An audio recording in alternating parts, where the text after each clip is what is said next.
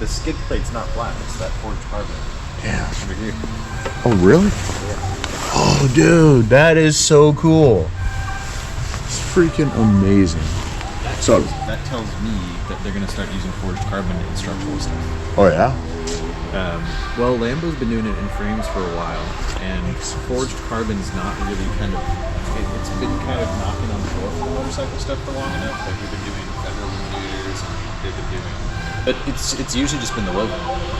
Okay. I've got that on my 959, and it's just the same plain weave carbon that we've seen before. Forged carbon's been used in frames for a while, but it hasn't come into there, and I think this is their way of kind of introducing it to the market in a way that's like, you're gonna see what happens to forged carbon when it takes a hit. You know, like this is something that's not structural. It's something that's designed to get the crap kicked out of it, and after these things get put through the work, and people see that forged carbon is actually really, really strong like that. The next bike that they release that's got a forged carbon airbox, subframe, whatever. People are going to look at that and realize how much stronger that is.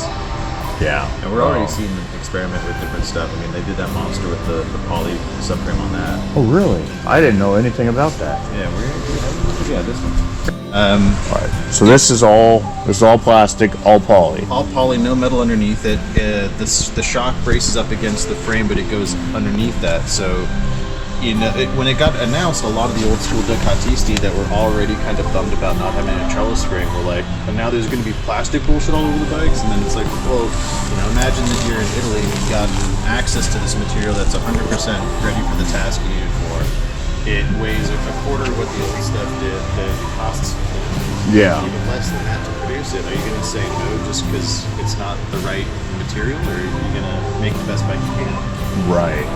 Well, so that's super. It's not the right material. It's just not what you're used to.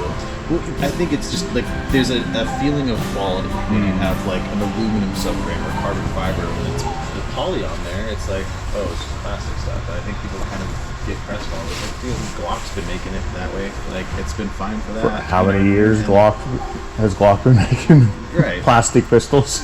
and so that's the kind of stuff I look at, and that's honestly what I like about Ducati is that they're not so precious about their machines that they're not going to be like, oh, we can't use plastic. It's like, no, it's better. It's lighter. Yeah, and so I look at that, and I look at like the Hyper 698, and I'm like, okay, give me a poly subframe, give me that engine, give me Superbike geometry. And now all of a sudden I've got a bike that's making 80 horse, that's costing under 14K, that's like crazy light. Like, that's a club racer killer.